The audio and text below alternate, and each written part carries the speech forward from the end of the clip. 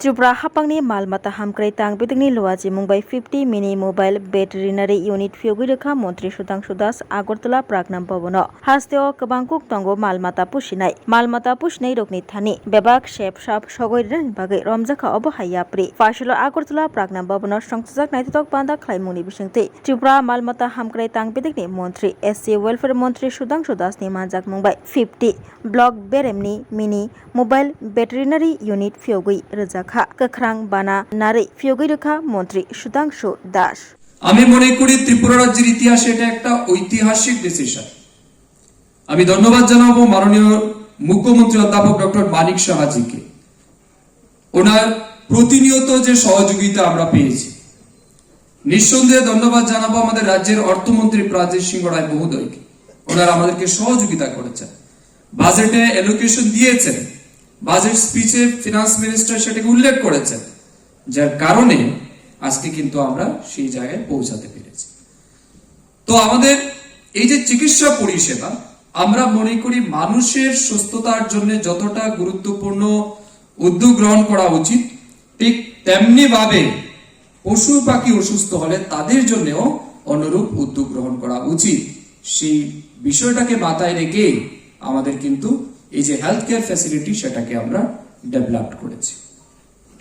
এর বাইরে কি রাজ্যের মাংস, ডিম, দুধ তার উৎপাদন বৃদ্ধি করা। আমরা যদি আজ থেকে 10 বছর আগের ত্রিপুরা রাজ্যের প্রোডাকশন রেটই দেখি, আজকের দিনে যদি দেখি তাহলে সেটা কিন্তু অনেকটাই ইনক্রিজ হয়েছে। আমাদের ডায়েরি সেক্টরে আমরা অনেকটাই ডেভেলপ করেছি। আগে আমরা দেখেছি 22-23 আমাদের রাজ্যের মিল্ক প্রোডাকশন ছিল 2.47 মেট্রিক টন লিটার। আজকের দিনে সেটা দাঁড়িয়েছে 2.67 মেট্রিক টন লিটার। আমাদের কিন্তু at the rate of 6% growth সেখানে আমরা লক্ষ্য করতে পারছি। আমাদের এগ প্রোডাকশনে আমাদের রাজ্য বৃদ্ধি পেয়েছে, মিট প্রোডাকশনে আমরা সেলফ রিলায়েন্ট, আমরা সেলফ সাফিসিয়েন্ট। মাংস আমাদের বাইরের রাজ্য থেকে আনতে হয় না, আমাদের রাজ্যে যে মাংসের উৎপাদন হচ্ছে সেটা আমাদের জন্য সাফিসিয়েন্ট। কিন্তু আমরা চাইছি এটাকে আরো বৃদ্ধি করা, কারণ নর্থ ইস্টার্ন রিজন ম্যাক্সিমাম মানুষ কিন্তু নন ভেজিটার। তো স্বাভাবিক কারণে ডিমান্ড আমাদের অনেক বেশি। আমরা পর্ক মিট আমাদের নেবারিং স্টেটে আমরা এক্সপোর্ট করতে পারি, সেই জায়গাতেও আমাদের লক্ষ্য রয়েছে এবং সেই জায়গাতে আমাদের দপ্তর প্রতিনিয়ত কাজ করছে। তার সাথে সাথে বেকার যুবক যুবতী যারা আছে তাদেরকেও যেন কর্মসংস্থান প্রদান করা যায়, তার লক্ষ্যে প্রতিনিয়ত আমাদের দপ্তর কাজ করে চলছে। এই যে মুখ্যমন্ত্রী প্রাণী সম্পদ বিকাশ যোজনা আমরা 2023 সাল থেকে শুরু করেছি।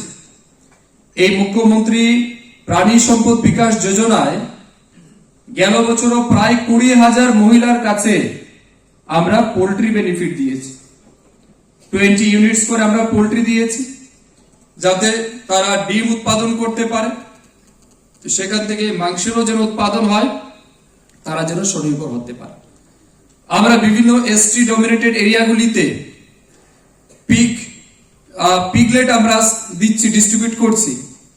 ট্র্যাপসের মাধ্যমে এডিসি এরিয়াগুলিতে পিজি ফরমেশন করে তাদেরকে পিগ ফার্মিং এর জন্য উৎসাহিত করা হচ্ছে এবং সব রকমের অ্যাসিস্ট্যান্ট দেওয়া হচ্ছে।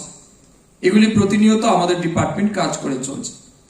রিসেন্টলি আমরা হেইফার ক্যাটেল ডিস্ট্রিবিউশন করেছি, উন্নত প্রজাতির গরু যেখানে অনেক বেশি দুধের উৎপাদন হতে পারে, সেগুলো আমরা করেছি এনএসসি ফান্ড থেকে।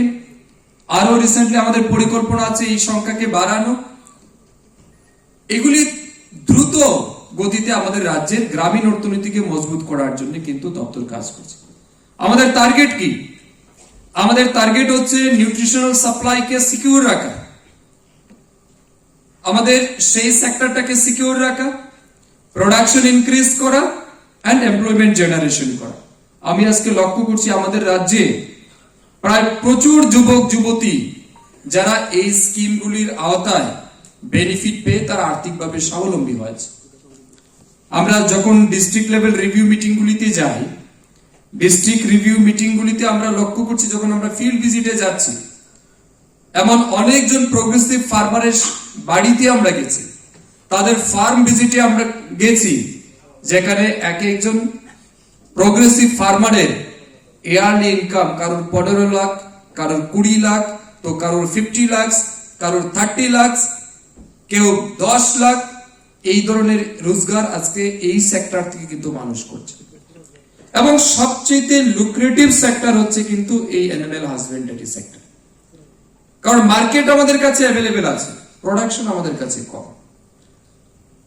আপনারা জানেন দুধের প্রয়োজনীয়তা সবার কাছে আছে, কিন্তু দুধের উৎপাদন আমাদের রাজ্যে অনেকটাই কম। অনেকেই করতে চায়, কিন্তু কেউ যদি দুধের উৎপাদন করে, আমাদের নজরে এসেছে, এটা পরবর্তী সময় আমরা অ্যাডজাস্ট করব, কারণ এটা চাইলেও কিন্তু আপনার হবে না, কারণ যে জায়গাতে আপনি চাইছেন আপনার বাড়ির এলাকাতে চাকরি করবেন, সেই জায়গাতেও আমাদের ভ্যাকেন্সি নেই, তো ভ্যাকেন্সিও থাকতে হবে।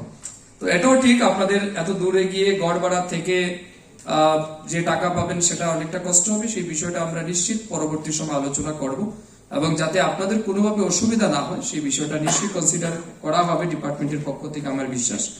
তো আপাতত আপনারা আজকে চাবি নিয়ে যাবেন এবং মানুষকে সার্ভিস দেবেন।